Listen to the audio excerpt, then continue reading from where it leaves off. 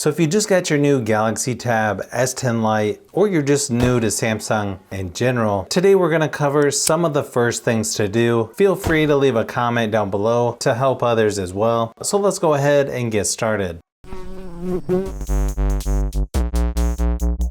Before you get started, you might want to update your tablet to make sure you're on the newest version by going into settings, scroll all the way down to the bottom where you see software update. If there's no option to update, it'll just look like this.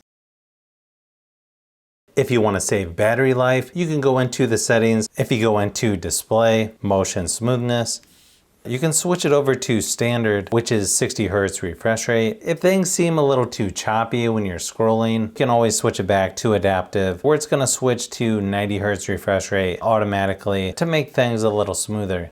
If you go into settings under battery, where it says battery protection, where you have a couple different options to extend the battery's lifespan, it'll actually stop charging once it reaches 100%. And then when it drops down to 95%, it'll start charging again. If you choose maximum, it's going to stop charging once it reaches 80%. If you go under settings and then search, you can search for NAV for navigation bar. You've got the option of gestures or 3-button navigation. Kind of personal preference there. I feel like 3-button navigation is a little faster for me, but I know some people may prefer swipe gestures.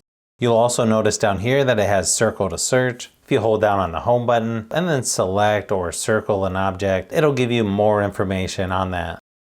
You'll notice if you hold down on the power button, it brings up Gemini, but if you go into settings under advanced features, under side button, tap on long press, and you have the option of Bixby or Google for the digital assistant. You can also choose the power off menu, and then once you hold down power, you can restart or power off. You can also go right back into the side button settings there below. The other option to power off the tablet is just swipe down up from the top, and you'll see a power button there next to the pencil.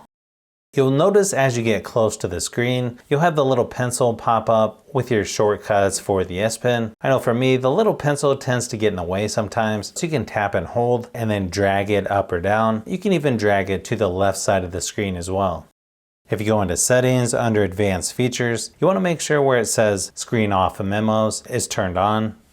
Then when your tablet's turned off, you just press the button on the S Pen and then double tap the screen, and then you can start writing a quick note or whatever you need to, and then just hit save and it'll automatically put it in the Notes app. Now, unlike the more expensive Tab S11, you actually have 2 different spots to attach the S Pen on here. And the nice thing is you don't have to charge this S Pen either. I know on some of the older Samsung tablets you would, but not on this one. Now, if you pinch the home screen and then swipe over, by default it's on Google Discover Newsfeed, but you can also choose Samsung News, sort of personal preference on that one, but at least you do have some options. You can even turn that off as well, and then when you swipe over, it doesn't do anything. Now, if you just swipe up to access all of your apps, if you notice you're not really using some of these apps, you can always tap and hold. You'll see the little menu pop up. You can choose uninstall and then just say okay. Just keep in mind, some of the apps you will notice that you can't uninstall, so you won't see that option. Now, you will notice when you swipe down anywhere on the home screen, you'll get your notifications. You can actually tap where it says notification settings, and then it gives you access to each app where you can turn the notifications on and off for each app. If you swipe down up from the right hand corner, you'll get your quick settings or shortcuts. It is kind of nice that you can just keep swiping down to switch back and forth.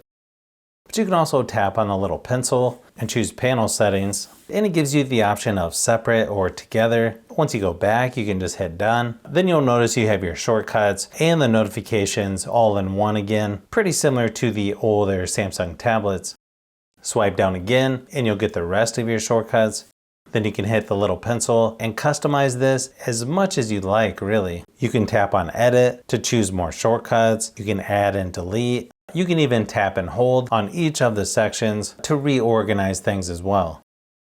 Now, if you want to change what shortcuts are showing up when you just swipe down once, just tap on the little pencil, choose panel settings, and then you'll see where it says edit top quick settings, which is where you can go through and add or subtract which of the shortcuts you want when you only swipe down once. And then just tap on done. So for example, now when I swipe down, I can easily turn on Samsung DeX or turn it off later. You will notice that in Samsung DeX, it's just sort of floating windows by default. If you tap on the little arrows, you can expand it. You can drag each window over to the side to do sort of a split screen view, which actually looks pretty nice. You'll also notice if you hit home and then do recent apps, it'll let you add another desktop to where you can have several different things going on. Then you can choose recent apps and switch back and forth between the desktops. Now by default, you should be able to double tap the screen when it's off to bring up the lock screen. If you tap and hold where the clock is, it'll give you a lot of different options. You can customize the font on the clock. You can make it larger or smaller. You can also change these little shortcuts down in the corners by just tapping on them and then choosing whichever one you want. You've also got different wallpapers and you can add widgets right there as well. So just a lot of different ways to customize your lock screen. If for some reason it's not coming on when you double tap the screen, if you go into settings and start typing gestures, you'll see motions and gestures. And then you have several options to choose from. Palm swipe to capture, cover screen to mute, double tap to turn off the screen, double tap to turn on the screen. You'll also notice over here on the side, you've got the edge panel. That's something that you can actually tap and hold to slide up or down if it seems like it's getting in the way, or you can even move it to the left-hand side, pretty similar to the S Pen icon that pops up along the edge. When you first open up the edge panel, you'll see a little settings icon down towards the left, but you have to do it pretty quick because it goes away. You've got several different options where you can change what's on the edge panel, from people, weather, tools, reminder, and so on. You can also tap on the little pencil to customize it, and you can put pretty much any app over on the edge panel, which I think definitely comes in handy. The way once you get so many apps on here, it's just a little easier to find things, in my opinion. Also, if you swipe up where all of your apps are, there's 3 little dots here on the search bar where you can choose sort, and you can actually organize your apps in alphabetical order. Personally, I think I should be on that by default, but definitely something you may want to consider. I think it's just a little easier to find things that way. I'll also mention if you need to make things a little larger or smaller, if you go into settings under display, and then you'll see screen zoom sort of in the middle there on the right. By default, it's on the second little dot, but you can see as you choose a different one, it makes things quite a bit larger, or you have one option to go a little smaller. If you go back to display settings, you'll see font size and style. And again, you can make fonts larger or smaller. You can even make the font bold, or change which font that it uses there as well. So hopefully this gave you a few things to try out on your new tablet. If you like tablets, phones, and other tech, I'm trying to get at least 3 videos out each week, so you'll want to keep an eye out for those upcoming videos. So if you've made it this far into the video, you may want to say thanks by subscribing, and don't forget to give a thumbs up if this video was helpful. This is Brian from Fishbee Productions. Thanks for watching, and I'll see you on the next one.